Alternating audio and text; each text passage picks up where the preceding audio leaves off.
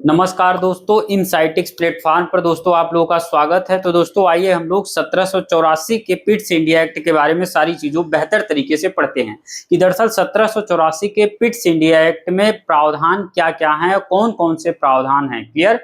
तो अभी जस्ट दोस्तों हम लोगों ने 1773 का रेगुलेटिंग एक्ट कवर कर लिया है, 1919 का भारत शासन अधिनियम पढ़ लिया है, 1935 का भारत शासन अधिनियम पढ़ लिया। ये हमारा चौथा वीडियो है एक्ट के ऊपर।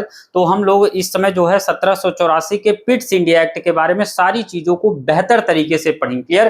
तो 90% लोगों को सारी चीजें नहीं पता होगा कि दरअसल 1784 के पिट्स इंडिया एक्ट में वास्तव में रियल प्रावधान है क्या। क्लियर। तो आइए दोस्तों 5 मिनट से कम के वीडियो में हम लोग इसको 2 बार रिवीजन करते हैं। क्लियर। तो आइए दोस्तों देखते हैं।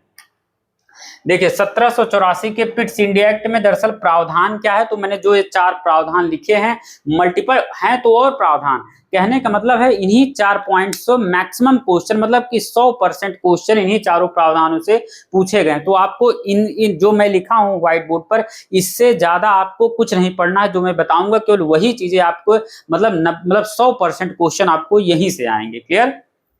आइए दोस्तों देखते हैं 1784 के पिट्स इंडिया एक्ट में क्या क्या प्रावधान है। पहला, इसने जो है 1784 के पिट्स इंडिया एक्ट ने बॉम्बे मद्रास के गवर्नर और बंगाल के गवर्नर जनरल के अधिकारों और कार्य क्षेत्रों को परिभाषित किया। क्लियर।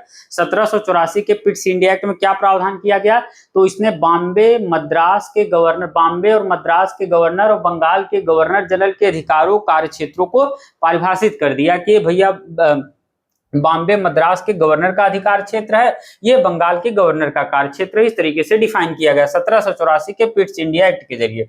उसके बाद क्या प्रावधान किया गया 1784 का पिट्स इंडिया एक्ट, मैक्सिमम चीजें इससे पूछा है, ये वाले प्रावधान से मैक्सिमम क्वेश्चन यहां से पूछा है। तो इसने देखिए क्या किया 1784 पिट्स इंडिया एक्ट ने, इसने जो है निदेशक मंडल यानी कोर्ट ऑफ डायरेक्टर्स को कहते हैं निदेशक मंडल, कोर्ट ऑफ डायरेक्टर्स को कंपनी के व्यापारिक मामलों के अधीक्षण की अनुमति दी। वहीं नियंत्रण बोर्ड, जिसे बोर्ड ऑफ कंट्रोल कहते हैं, याद रखिए, एक को कहते हैं निदेशक मंडल यानी कोर्ट ऑफ डायरेक्टर, एक को कहते हैं नियंत्रण मतलब बोर्ड ऑफ कंट्रोल। कुल मिला के क्लियर। बोर्ड ऑफ कंट्रोल नियंत्रण बोर्ड है, बोर्ड ऑफ कंट्रोल को राजनीतिक मामलों के प्रबंधन की अनुमति दी, अर्थात ईस्ट इंडिया कंपनी पर नियंत्रण का दोहरा ढांचा। एक बार और क्लियर कर लेते हैं। देखिए 1784 के पिट्स इंडिया एक्ट में क्या प्रावधान किया गया, तो इसने निदेशक मंडल यानी कोर्ट ऑफ डायरेक्टर्स को कंपनी के व्यापारिक मामलों के अधीक्षण की अनुमति दी। वहीं नियंत्रण बोर्ड यानी बोर्ड ऑफ कंट्रोल को राजनीतिक मामलों के प्रबंधन की अनुमति दी, यानी अर्थात ईस्ट इंडिया कंपनी पर नियंत्रण का दोहरा ढांचा लाया गया। यानी कुल मिला के समझिए, पहले 1773 के रेगुलेटिंग एक्ट में कोर्ट ऑफ डायरेक्टर्स को इंट्रोड्यूस किया गया था, उसके बाद 1784 के पिट्स इंडिया एक्ट के जरिए बोर्ड ऑफ कंट्रोल को इंट्रोड्यूस किया गया। कुल मिला के समझिए कोर्ट ऑफ डायरेक्टर्स से भी ज्यादा पावर किसके पास आ गया, बोर्ड ऑफ कंट्रोल के पास। क्लियर, जो यहाँ पर इंट्रोड्यूस किया गया। अब देखिए कोर्ट ऑफ डायरेक्टर्स में कितने लोग थे, कोर्ट ऑफ डायरेक्टर्स में टोटल 24 सदस्य थे, एक गवर्नर थे, एक डिप्टी गवर्नर थे, 22। ये आपको जानना नहीं, मैं जानकारी के लिए जस्ट पूरी चीजें बता दिया कि कोर्ट ऑफ डायरेक्टर्स में 24 सदस्य थे, एक गवर्नर, एक डिप्टी गवर्नर, 22 सदस्य थे। और बोर्ड ऑफ कंट्रोल में 6 सदस्य थे, 4 सांसद, 2 मंत्री। क्लियर।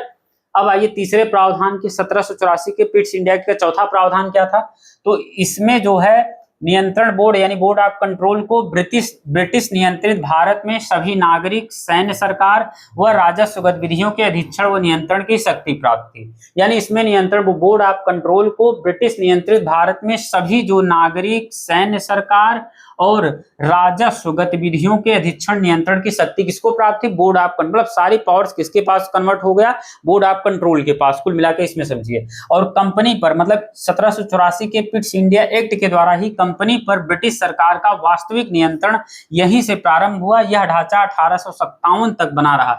ये जो board of control, court of directors वाली ये सब सिस्टम है, ये कब तक बना रहा, मतलब 1857 तक, जब तक 1857 का विद्रोह नहीं हुआ तब तक बना रहा। उसके बाद 1858 का एक्ट आता है, उसके बाद इसको सब समाप्त कर दिया जाता है। क्लियर। तो आइए दोस्तों हम लोग एक बार और इसको क्विक रिवीजन कर लेते हैं।